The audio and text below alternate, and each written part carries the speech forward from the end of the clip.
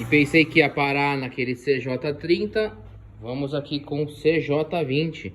Vamos ver o defeito dele aí, que deve ter quebrado alguma pecinha dele. Bora desmontar ele. Vamos trabalhar de noite também, né? Fazer o quê?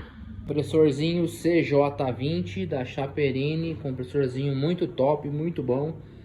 O cliente reclamou que estava fazendo uma barulheira e não estava enchendo o compressor. Desmontamos a plaquinha AP dele.